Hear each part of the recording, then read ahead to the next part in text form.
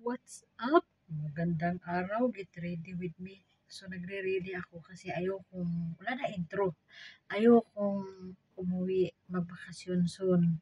Next na araw na po, na may maiiwan akong mga damit ko, sinusuot ko, or damit nila na hindi ko pa nalinisan. Pero bago tayo mag-ano dyan, magpatuloy, share ko ba yung saya, yung excite. Siyempre, di naman yan maiwasan, di ba? Pero yung ano ko talaga, sabi ko sa sarili ko, ang hirap magbakasyon ba tapos wala kang pera. Kasi yung sahod talaga, sapat lang sa pang buwan-buwan na bayarin, sa buwan-buwan na mga dapat mong inuuna. So wala akong ipon sa totoo, ganito talaga ako. Hindi ako nag-iipon kasi may mga ginagawa ako ng mga bagay na inuuna, ganon. Nagtutupi ako kaya gumagalaw yung aking kamay. Tapos, uuwi akong, sabi ko sa sarili ko, uuwi ako na, sarili ko lang din yung dala ko. Charot. Pero masaya ako kasi, ngayon, inanuhan ako ng lola, binigyan na sa akin yung sahod ko. Para yung sahod ko, balik, katapusan pa sana. Pero hindi ko tinanggap yung sahod ko. Hindi ko muna sinabi ko, dito muna yan, saka na, pagbalik ko na lang. Ano talaga siya, nag-exist na ibibigay na yung sahod ko para may magagamit ako. So, 'di ba? Ang ganda ng puso, ang ganda ng kanyang mindset. Sana ganun yung mga amo ninyo. Sabi ko dito na lang muna. Saka mo na yan ibibigay sa akin pag balik ko dito. yung lola ko, maluha-luha yan pag uuwi ako. Maluha-luha yung mata niya kasi ewan ko siguro napamahal na rin ako sa kanya. Huy!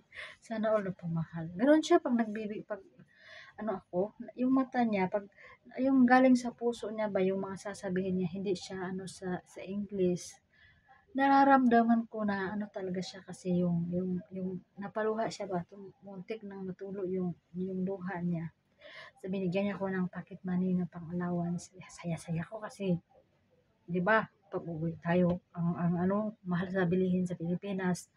Tapos, marami tayong, may mga hindi natin maiwasan na may mga gusto tayong bigyan or may gusto tayong abutan, yung mga malalapit sa puso natin.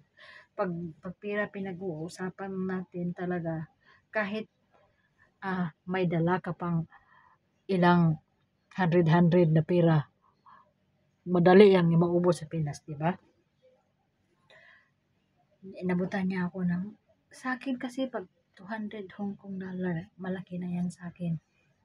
Hindi siya galante na lula, pero siyempre masaya ka, di ba, binigyan ka ng, malaki na rin yan, may pamasahe ka na. Tapos, inulit pa niya na, kung gusto kong kunin yung sahod ko, ibibigay niya. Sabi ko, keep mo na yan. Dinala na niya, bali yung sahod ko sana, at saka yung ibibigay niya na 2,000 Hong Kong dollar. So, yung tinanggap ko, yung 2,000 Hong Kong dollar lang kasi, pagbalik ko, yung mga bayaran ko, yung mga first month na babayaran ko, hindi ko naman yan pwedeng tanggihan kasi baka di masisira yung aking imahe. Hindi na ako makautang sa susunod, di ba? Wala na akong hinangad sa buhay ko, talagang makabayad ako sa mga monthly na bayaran ko para sa susunod pautangin na rin nila ako. Ganun lang ako kakalog. Tapos, yung bang kung ano na lang yung meron, pagtsatsagaan ko na lang, ganun yung mindset ko. Pero alam natin talaga, pag uuwi talaga tayo sa Pinas, magastos kasi lahat ang taas ng bilihin mula sa pamasahe, mula sa lahat-lahat. Taas, yung panty na lang natin, yung pababa ng pababa. Joke.